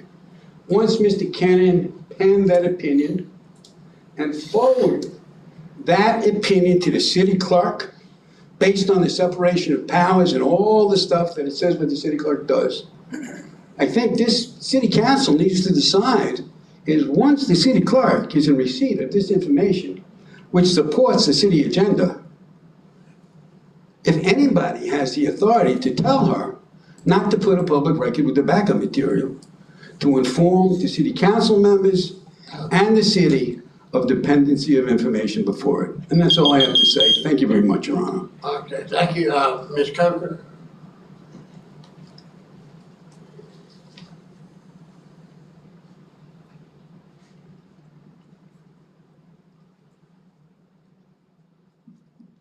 I appreciate that you guys have given reference to the charter. I think section 303 of our charter is important. 303, subsection B. Appointment and removals. Neither the council nor any of its members shall in any manner dictate the appointment or removal of any city administrative officer or employees whom the manager or any of his subordinates are empowered to appoint. But the council may express its views and fully and freely discuss with the manager anything pertaining to appointment and removal of such officers and employees. Subsection C states interference with administration. Except for the purpose of inquiries and investigations, the council or its members shall deal with the city officers and employees who are subject to the direction and supervision of the manager solely through the manager. And neither the council nor its members shall give orders to any such officer or employee, either publicly or privately. Nothing in the foregoing is to be construed to prohibit individual members of the council from closely scrutinizing by questioning and personal observation all aspects of city government operations so as to obtain independent information to assist the members in the formulation of sound policies to be considered by the council. The mayor is the chair, according not only to the charter, but to parliamentary rules. The mayor is the chair. The chair dictates what goes on the agenda. I appreciate the candor of Councilwoman, but what she said was that she expressed a desired course of action to the city clerk, and the city clerk did not follow it. The city clerk, as she correctly stated, works for the council, not a particular council member, but the council. And so when the council gave a decision rendered by majority vote that's the act that tells the city clerk that you take action. But she couldn't take action until the council gave her that majority vote for the city clerk to provide information to each of the council members from any one council member. Contrary to a belief about an opinion of polling, the Attorney General has already established that that is considered creating a liaison relationship between the clerk and the council members. Who would she say the information came to and came from? And when she provided that, she is in so stating where it came from. And you be quiet, Mr. I keep talking. Hey, You're done. You just slap me. Okay, that's all I have signed up. I want to say that I've worked with Audrey for 18 years now. And I don't know of anybody I know in the city or wherever that works any harder and more dedicated and more concerned about us following the rules. And she brought up many a time about sunshine laws or meetings we've tried to do and trying to keep it straight. And she's worked very hard. And I know she has issues trying to get all the public records, but we have a tremendous amount of them. I guess they're everywhere, but you know, it's just an incredible load that we're gonna have to look at it this budget year to see, you know, if we need more staff or how we're gonna get this done. And that's something the council's got to decide how we do it. But we all can make a mistake. There's misunderstandings, but I don't know anybody that works any harder and knows their job better than she does. Now, Mr. Kennon, I've known him since he got out of law school. I've been practicing a long time. I know he's been practicing a little less. And I've been with him, I've been against him, he's been the mediator. I've had a lot of dealings with him in various ways, and that's on a personal basis. And as a lawyer, as a friend, as a person, I have the utmost respect for him. And I think in this situation, people might criticize how it got done, but I think for an event that came up on a Friday and he did the best he could, and I think we got two good people and we need to keep them and we need to take care of it. Do we need to fine tune how we run the council? And I promise you, I'm gonna be reading the charter this weekend and we're gonna follow the rules. We're gonna have to get together on how this agenda gets done because apparently that's issues that have been brought up. So we need to somehow, I don't know if it's gonna be a workshop or how we do it, but we're gonna have a program and I'm gonna get with Mr. Dial and see how we can move forward with running the city, the business of the city. But we have not looked good the last couple of years and it's been a shame and we've kind of stepped on ourselves a whole lot and I hadn't been very proud of it. Anybody else? Well, I'm glad you said the last couple of years, and I want to say, this council is really working now to get business taken care of, that we can reach a higher level. And I just know that this is a great council. And I know that we can work together and get this done. We're gonna work together and get it done. But if it's certain people who the council is not their fit, the council is here. Other ones just gotta get on board. Now, I do wanna address this, and I wanna address this in front of the council, and that's what I like to do. So those who called me or want me to talk about it before now, my response was, I wanna talk about it with other members of the council. I don't like to talk about in the public, and then everything get misconstrued. Everything get twisted, and then there's more confusion. This is my place right here to have discussed this matter. Friday, I got a call from Mr. Dial. He was asking me questions concerning the agenda. And then questions started coming, questions from Ms. Sykes. I said, wait, what? Why are you asking me questions that Ms. Sykes should be asking? So Ms. Sykes said I'm mad. I hadn't called her and I hadn't been to the office. Hey, that's not me, but if it was me, I don't feel like I owe you to call you. We had talked, didn't can come to an agreement, and that happens sometimes. It happens sometimes. You have to sometimes agree to disagree, and I don't have a problem with that. And those who blowing, they can just exit out the door, because I'm gonna say what I got to say. But we cannot work and not talk.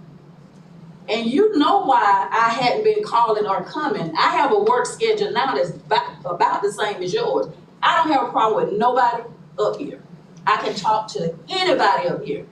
I don't have a problem with it. So if you have a problem, Ms. Sykes, you need to add that to your letter so that we can go ahead and make a decision of what we're gonna do. And it's not my call, my vote will count though. But mine is not the only vote. But we have to. You gotta work with me.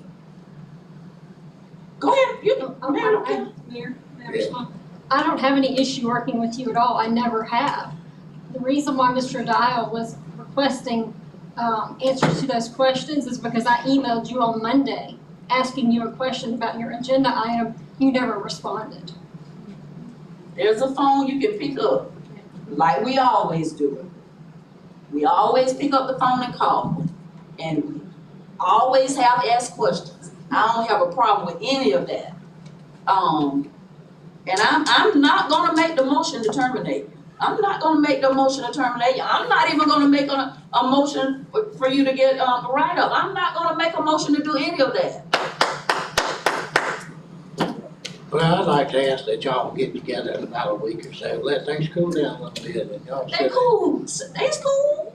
We don't have to wait to cool down. All of us are adults. Tomorrow, I'm fine. Okay. I'm perfectly Well, fine. y'all, I would appreciate that. Mayor. We gotta work together. I will say at the last conversation that she and I did have with Paul, there was a lot of moving parts on that conversation, and I can definitely see where there was a lot going on that phone call. There was a lot discussed on that call. There had to be some miscommunication, misunderstanding, because that you read, that wasn't so. So I appreciate you clarifying that, and let's just move. Mr. Mayor? Yes. I have one question. We've had plenty of comments. But you got, I think Just quick question. One quick question. Okay. I'm Ben Hofstra. One quick question, and a lot of people bring this up as far as why they didn't talk to each other or why they did. Does everybody get like training on the Sunshine Law and exactly what it does and doesn't entail? Yes. Okay, because it seems like there's a lot of misunderstandings, like one person won't talk because of Sunshine Law. Another says we'll only talk in a group because of Sunshine. I just want to make sure that everybody actually knows what it truly is. We have to take a 4-hour course every year, and Ms. Sykes educates me on it every day. Between the city council and the county commissioners, everybody is bringing up constantly Sunshine Law, and it seems like people aren't quite understanding it somehow. Thank you. What was his name? What was your name? Ben Lofstrom. Okay.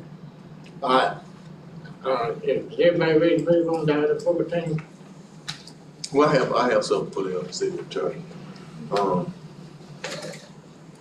In our last meeting, we were scheduling workshops for different events. And at one of those dates, you said that you couldn't be here, Mr. Cannon.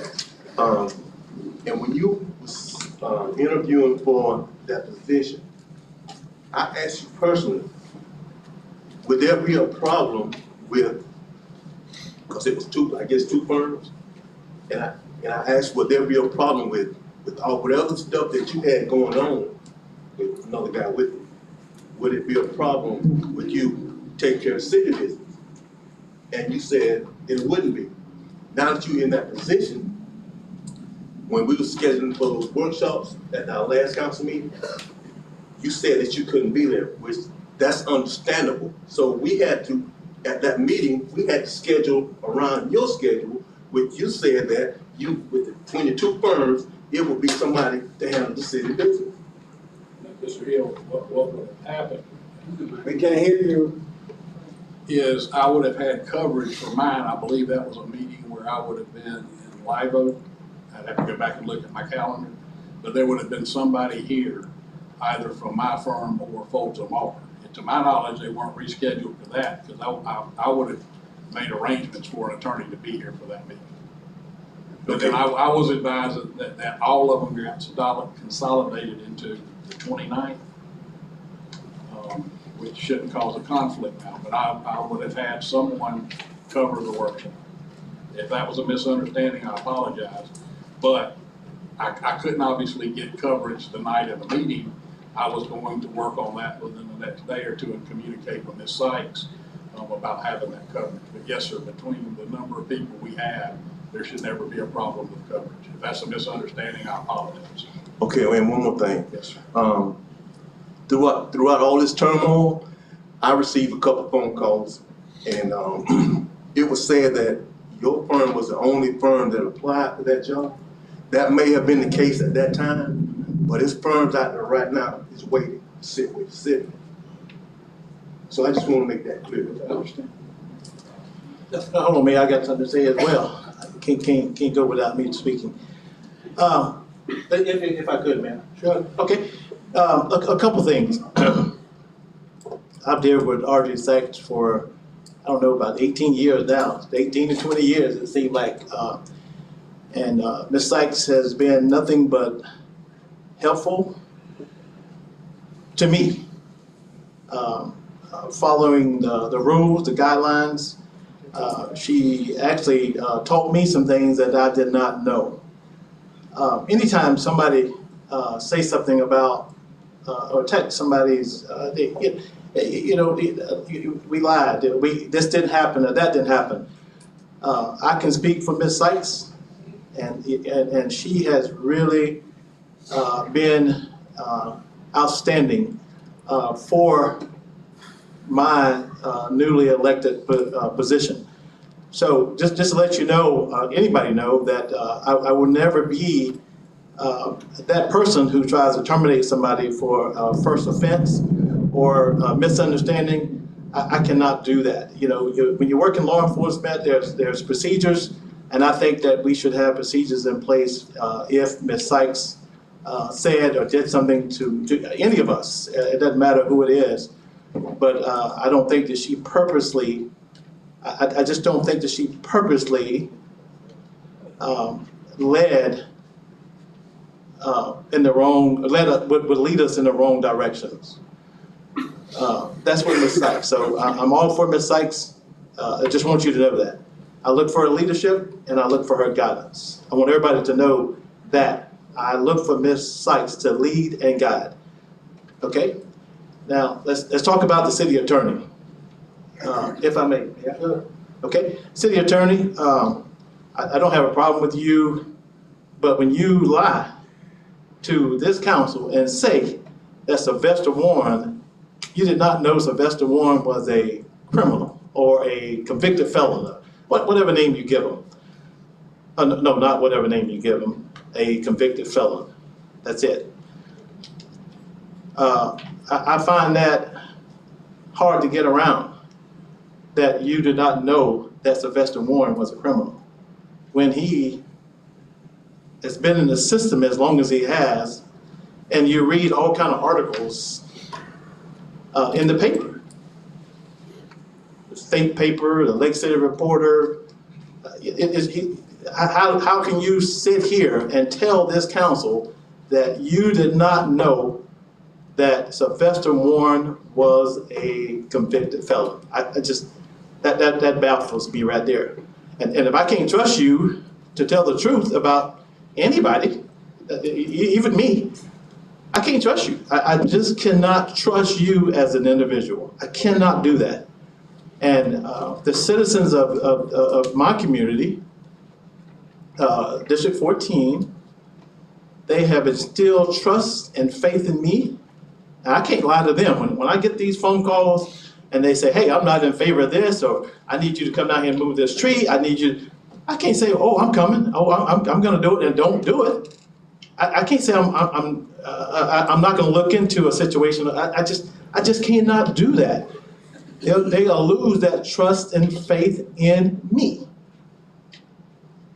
So when you make a mistake, own it. Don't say no recollection. And I'm not an attorney, and I'm not as smart as some of the people that sit up here, that, you know, make all these fancy words and all this. I'm not as smart as they are, but I'm willing to shoot my best shot. And anytime I'm going to defend somebody, I want to make sure that they're right. In your case, I'm not going to defend you at all. That's just the way it goes. I apologize if you think I came across a different way, but please, moving forward, I heard Mr. Hill say something about there's some other law firms out there. I would love to have you right where you're sitting. I mean, you sit right next to me, you give me guidance. You know, we talked. I come by your office, but you cannot lie to a city government such as this and think that there's no consequences. I can't see that. All I can reconfirm is I had no recollection that night. That is not a lie. And Mr. Jernigan, I promise you, I would have done anything in my power. Got talking to me, It brought to my attention to avoid all of this. This is the last thing I wanted to put myself through. I'm here saying if I needed to make more communications with the council, that'll be done going forward. If I have to, I'll own up to that if I didn't make enough phone calls or didn't make a diligent effort to make those phone calls. But I am telling you the truth. This is the last thing I wanted to put myself through, was this predicament and have to deal with these issues. If I could have dealt with them that night, or someone had made the inquiry, I probably would have said my recommendation was to table it, because I can tell you I would not have known the answer off the top of my head that night. I would have had to research that issue. So for that, I would apologize, but I would not have intentionally put myself through this. It's been a very good learning experience, and I can promise you there'll be better communication with the council that complies with the sunshine. Okay. Mr. Hill? Yes, I'd like to say one more thing. On behalf of Ms. Sykes, I've been up here on this council, outside of the mayor. At the end of this term, he'll be 12 years. And in those 12 years, again, I'm like Mr. Jernigan and everybody else that sits up here that's in the council seat. She have helped me in so many ways that she have no way of imagining how much she have helped me. So again, I wasn't in favor of terminating her. So I just want her to know that, you know, I support her, but when you're wrong, you're wrong. That's all I have. Mr. Mayor, I didn't get a comment yet. You know, I got something to say. I met you and Ms. Sykes in 2005 in leadership, which was put on at the Chamber of Commerce. And I can tell you, we've had many interactions as a citizen first. For the first 15 years, we knew each other. And as far as the interactions went, a lot of them weren't pleasant, I'm sure, from Ms. Sykes' side. But I've never had her tell me something that I deem to be a lie. We've had a lot of interactions I'd say were pretty rough, especially during 8, 9, 10, that time frame, when the city was flooding my house illegally, which we won't get into now. But I can say this, always with honesty, even when we had a difference of opinion. And I think part of it is that if you take the book, the Sunshine Book, and we all have one, it's that thick. It's easy to misconstrue or misunderstand what you have. I have to go back and highlight quite a few times and reread it because the rules change. Just like they change when we're talking about Attorney General opinions on laws that weren't even enacted till 2018, and there's no opinion of at this point. But with Ms. Sykes, I can say she's been honest and truthful every interaction, even when it's news I didn't want to hear. And as far as the attorney, I don't have any comments to make on that other than the bills are on this agenda. I'd like to see monthly the bills be on the agenda and be approved by the council. I just think that makes sense, that we can see exactly what we're paying for and what's going on. I had requested these. I don't even remember how to click my public records request, but it's important that we understand what the 3 people who work for us are doing. And that includes the attorney, that includes the clerk, and it includes the manager. And so from that, that's all I really have to say about that. Let's move on to item 14, discussion, possible action, Attorney Bill, Ms. Young. Okay, and I have a, Jesus. We $80,000 deep. Just a few months. Mr. Sampson, Councilman Sampson just said, that was a great statement that we take a look at these billings monthly. We're gonna have to. Short while, $80,000, and that's just paid. We still got some more debt. We'll be glad to provide them on whatever schedule the council wants. We generally run our bills the 4th through the 6th of the month for the pre-city. So probably would be ready for the second meeting of each month. So that and you being here to have our back, not conflicting, those are the two great issues for me. And, Mr. Journey? I'm waiting for you to get Oh, done. okay. I don't wanna walk out this time. Oh, okay, okay. So I'm good with that? Okay. I'm good with it. Okay, Mr. Journeyman? Yes, as I review the bill, I mean, it's a healthy package, not too bad. Attorneys do work, they work and they have to be paid. Of course, I fully understand that and I get that. However, whenever we get a bill, I want the bill to be completed when we review the telephone bill, the telephone call. I want the call to be completed. I want the actions to be done. I don't want to go back to that bill. We already paid for an hour, 2 hours, and I don't want to go back to it. I want to pay the bill, it's final, and that's it when it comes to these bills. So, Mr. Cannon, if you would, when you talk to the city manager or you review the public transportation grant or whatever, I want to see where it's completed. And then the amount that is completed. That would help you tremendously in cutting down some of these things, because we keep going back and forth to the same bill. It may be up to 2 weeks later, but you go back 3 weeks later, you go back to it or something like that. So please, whatever you do, go ahead and complete the invoice and then bill the city, and just let us be aware of it. And I don't have a problem with that, because I do know you have to work. I'm not that naive. So keep that in mind, okay? Yes, sir. Thank you. Mr. Warren? Briefly. Mr. Mayor, I would like to thank you for allowing me to speak.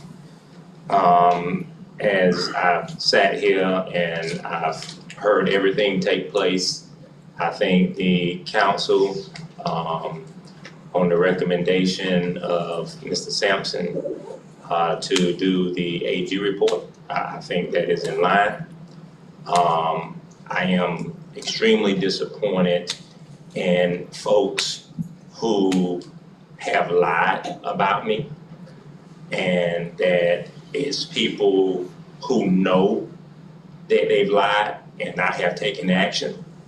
So I've lost some integrity for some folks on the council. And I have still not gotten information as to the validity and of Mr. Flagg being removed and his contract not being renewed, about the Historical Preservation Agency. So I'm gonna do all of this community a favor, including this council, to make your work very easy and make y'all personal agenda very successful and easy to get past.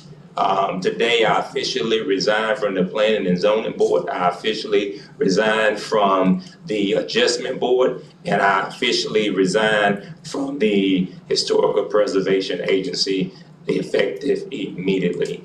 I serve at the pleasure of the council, and I ask that this council accept my resignation effective now. Mr. Mayor, would you accept my resignation? Yes, sir. Thank you. Okay, item 15, Ms. Maderas. 14, now, I want to speak 14 I had on my paper. Okay, go ahead.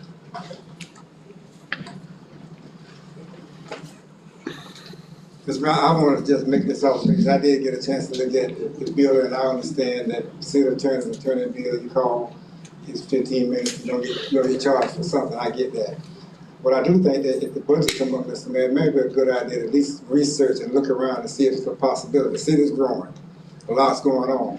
It may be time to look and see if it's possible to consider having an in-house attorney that works solely for the city of Lake City. If the bill will get to be $200,000 by the end of the year, I don't know what the average is, you probably can hire somebody that's have an office in City Hall. I'm not anti the firm. I don't know the firm, don't know Mr. Keenan at all. But it may come a time when you can have somebody that clocks in the City Hall just like a city manager clocks in, if you're going to be paying $170,000, $180,000 a year for advice. And during the budget process, you might want to at least look at that and to see if that makes sense or not. See what you've been paying over the past years, not just this year, what you pay with Copeland with the city attorney. What was the average for him for a year? If he was up to $180,000, $200,000 a year, then it may be a good idea to look at if they're a retired senior citizen that want to come back and praise the law for the city of Lake City, they got some serious background, and hire them in-house. And I'm not anti the firm, but I think that when you start the budget process, that may be something that you want to consider looking at. But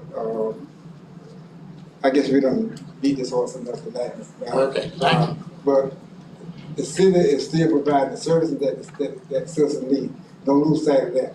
The gas still running, the roads still getting repaired, you know, the drainage still been taken care of, so we need to keep in mind that what's going up here is not affecting what the employees are doing out there in the streets. And don't forget about those guys and women out there doing the heavy lifting. That's not in the benefit of the applicant, that when the panic bursts, somebody got to go out there and fix them. So we got to remember those people at all times. So getting the budget process, think about those out there that are doing the heavy lifting on behalf of the citizens of Lake City. And it's not those who are sitting up here. I know you think you got big hand business. But the big hand business, they in the white shirt back there, and the people who work for them, that's who really doing the work there. They do a good job in spite of us. What you say? I said they do a good job in spite of us. That's a quote that makes a report. Okay, item 15, Ms. Katrina Maderas. Excuse me, may I ask Paul? Sure. Paul, do you understand how they want it on the agenda now for the bills? Yes. Where are we gonna place that on the agenda next month? Other items or? Probably just be other item discussion. Okay, thank you. Good evening. Good evening, ma'am. So previously, we kind of brought to the council about possibly charging the convenience fee of 3.5% across the board. In that time, you guys decided that you did not want to do that, but you wanted some other options possibly. So I did put together, we got budget time coming up, so I want to make sure that my budget will be in tip-top shape for everybody. So I did kind of present three options. We could still absorb the cost, of course, the 3% across the board for all payments, or just the 3.5% for all invoice cloud payments for debit and credit cards. We did do some research over. Most of the surrounding counties are also serving or charging that same fee. Some are doing it across the board, like we had discussed before. Some are doing it just for their online payments with debit and credit cards. They are recouping some of their costs where they're not totally absorbing all of it. We pulled some numbers today I got from Miss Angie. As of right now, we are up to $77,000 is what we've spent in credit card fees, and we still have 4 months to go. We're looking at an average of $11,000 a month in credit card fees. And how much do we collect in a month? As of right now, total sales has been 495,143. Compared to last year, our total at the end of the year, our credit card fees were only at 62,000. So we far surpassed that so far, and we will continue to grow. So with that budget coming up, we just like to know kind of where you guys stand, and do you want to continue to absorb those fees? Because we're looking at possibly 120,000 in credit card fees. Mr. Mayor, I got some questions on that. So I think charging for credit and debit cards makes sense. I don't know about the e-check and the ACH. I saw the first item you had there where that would be paid by the builder possibly in one of the options. Well, with the ACH, it's a much cheaper fee. We used to do that. A lot of our customers did that before. We still have a lot of customers that do that now. But with the simplicity of people putting in their debit and credit cards with Invoice Cloud, they can do a one-time payment with their credit or debit card, and they can change multiple times throughout the month. They don't have to set it for the same exact card every month. You can, but they don't have to. So that's given them the flexibility of changing instead of using an ACH. We want to push those people to use that ACH. It is cheaper for us. And, we want to pass that savings on, of course, to our customers. I would think, Mr. Mayor, my opinion, if we went to the 3.5% that you're recommending on the credit and debit cards, and leave the e-check and the ACH separate, because I think if you start charging those, you're gonna see an influx of people coming in to pay, Right. which is gonna be more employees, which is gonna be more cost and more processing. But with electronic payments, people will learn. Either they'll want the convenience and pay it, or they'll learn. And the other thing is to sell people on to e-statements. Yes. E-statements are crucial. I know sometimes when you hit it, you can't see the statement right there. You have to log in to see it. Right. There's just a little button. You can't, if you could make that piece work, that would be convenient to everybody too, I think, but. And just to kind of give a heads up, we've had roughly 1,600 people more pay online in the last year than we did the prior year. So that just goes to show, and that's kind of how I explained before. There's so many cards and there's so many things out there now as far as Cash App, Venmo, Apple Pay, all of those. And so many people are utilizing those, and so they're able to pay their bill in a different way versus just a checking account, ACH. So, I guess it's a cost of convenience in the end of the day.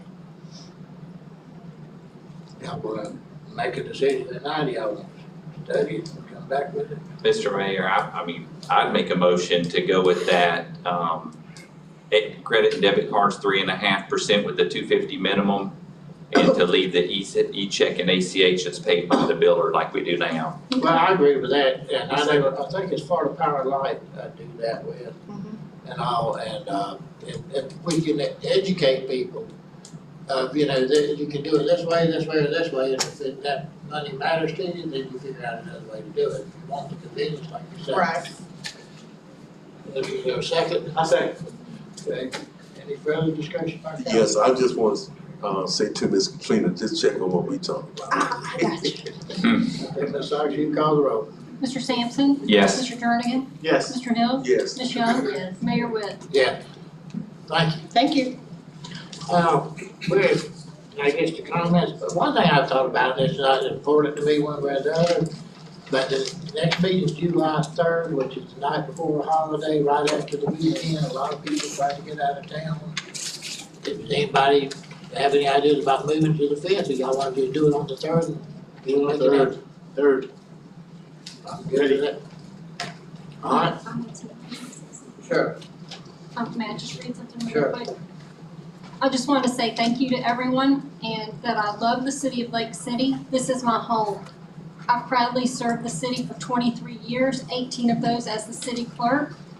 And thank you to everyone here tonight for providing support on my behalf. Thank you especially to my staff. You provide unwavering support to our office. Together we are a great team, and I am proud to have each of you as part of my work family. Thank you to the City Council for your continued confidence in me as your city clerk. Ms. Young, I'm available to meet with you to discuss our concerns, or any concerns that you may have. I've always taken great pride in serving the city of Lake City, and I will continue to do so with integrity and professionalism. I want to remind everybody, next Thursday, June 29th, is a workshop, and then July 3rd is our next meeting, and we'll retake council group photos. Anybody else got anything? Sir. When's the photos? When? The workshop is June 29th. July 3rd is on there. Oh, July July 3rd, okay. 3rd. I thought he just said June 29th. June 29th is the workshop. July 3rd. Everybody's sort of that day. No, July 3rd will work. Okay. All right, is there a motion to adjourn? Motion to adjourn. Second. Yes. All in favor, say aye. Oh, no, no, no. Go ahead and say it. Hey.